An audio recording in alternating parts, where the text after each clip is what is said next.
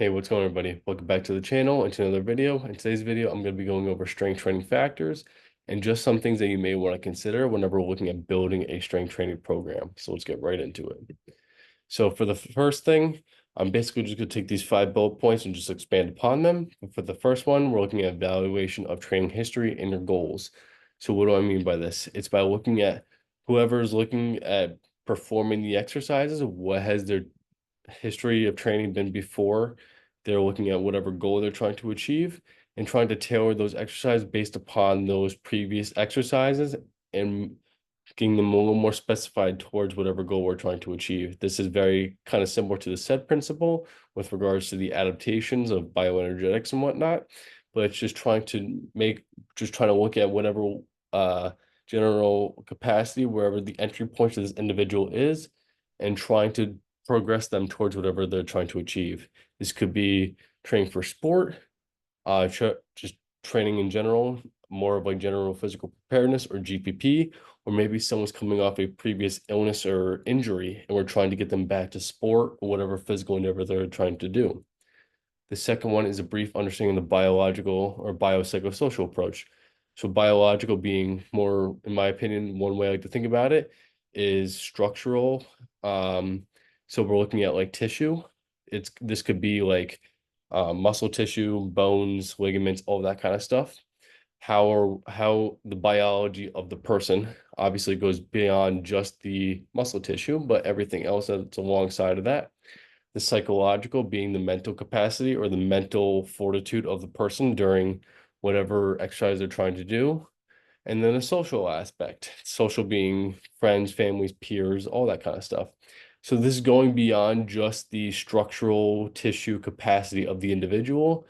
From what I'm learning, this is beyond just that. It's encompassing all different stressors that this person has to encounter going into an exercise program to be able to perform their best at whatever physical endeavor they're trying to achieve. And these could be at different magnitudes. This could be going and picking up a pencil from the floor because someone's maybe trying to learn how to hinge properly, or this could be going up to deadlifting 600, 700 plus pounds. So there's a lot of variation here, but the biopsychosocial approach is trying to take all different kind of stressors and putting them into a big framework. The program variations and adaptations. Now, when we are training for something, we are trying to chase a specific adaptation towards whatever goal we're looking at. So exercise selection. Now, what I mentioned before, if someone is trained for more of a generalized approach, like a GPP, we can look at just trying to build more general tissue capacity and stress tolerance and just trying to get as strong as possible. However, if someone's trained for sport, we may want to mimic the joint angles, the contraction types of whatever kind of position maybe that they're in during their sport, and maybe just trying to build up some more, like I said, tissue capacity, but it goes beyond just how strong this individual is. We need to look at how strong they are, what kind of position will they be in, and what kind of contraction types are they going to most predominantly be using so that when they get exposed to those kind of situations in sport, they're prepared for it and can perform more optimally. Movement quality. Now, sometimes this one can be a little bit, we can come up with different arguments for this one or different kind of approaches. But one way I like to think about this is, let's say someone has a difficult time hinging, right? So if you instruct somebody to learn how to hinge, they may squat down with their knees, all the like full knee flexion, all this kind of stuff. We may want to try and educate the individual or educate the person on how to hinge properly, how to control their center of mass with a horizontal translation through space, or maybe it's a squat or more of a vertical translation through space. We want to be able to look at their kinesthesia, how they're moving through space, right? All these kind of things. These are some general aspects to movement quality that we may want to consider.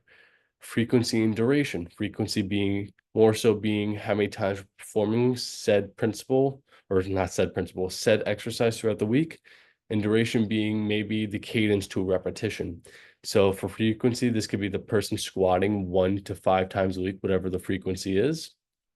And the duration being, this could be another one for cadence to repetition. So like a 3-1-0, 3 being the eccentric phase, 1 being the isometric, and 0 being the concentric phase. The next one is contraction type. So this can be like eccentric loading of the tissue. So let's say you're a soccer player. You need to get more used to acceleration and deceleration phases of like a sprint, being able to cut and change directions. So we may want to look at how are we going to dose and approach the loading towards the said maybe like the lower extremities to learn how to contract on demand when they need to, so that we can change directions and have the different forces going into the ground so that we can apply those kind of forces in the directions needed so that we can reduce the risk of injury. So contraction type is pretty important. And also the biomechanics of the exercise. What kind of joint angles are we looking at here? I mean, this may all sound too like a lot, and there's more to this, but these are some things that we may want to look at. Biomechanics could be like, okay, the joint angles to the exercise. Um, if we're looking at like let's say like a track sprinter, you may not need to do a 2-inch deficit deadlift, but you may also need to. I mean, there's a lot of different variation and nuance that goes on here, but you may want to look forward to maybe, let's say, like a box jump, right? Something where we're training the stretch shortening cycle, but also looking at the different joint angles associated with the exercise. So the fourth one that I'm looking at here is just enjoying training. The program that you're going to follow is arguably going to be one of the best ones that you can do. It's something that we want to be able to enjoy the training and what we're trying to do in the gym so we can accomplish our goal. And for the fifth point, ebbs and flows in training are inevitable. It's bound to happen. If you train hard enough, long enough, you may get injured, but that's also kind of the name of the game sometimes. Load management is going to be huge here. We need to make sure that our sleep is in check, our loading parameters are in check. Maybe we may be asking ourselves, we might be able to add 25 pounds to a barbell, but should we? Is that always the thing that we may need to do? We may need to have certain caps on our training in order to, reduce the likelihood of injury. But injury may happen, and that's the nature of sport, but it's also one of the nice parts about it because you have these different experiences that go on here. So all this to say, basically, have an understanding of what you're trying to achieve, whether that's for sport or anything else, and trying to shape your training towards that sport with regards to any kind of stress factors that go into it.